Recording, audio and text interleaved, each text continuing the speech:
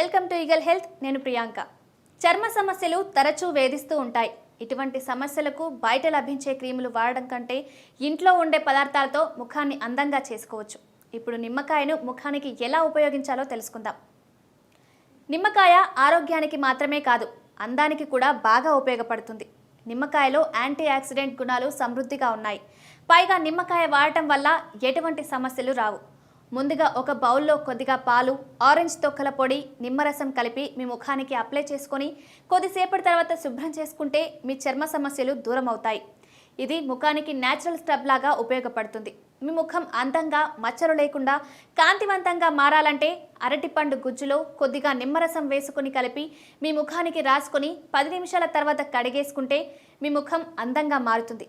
చాలామంది పొడిబారిన చర్మం వల్ల ఏది వాడాలన్నా భయపడుతూ ఉంటారు.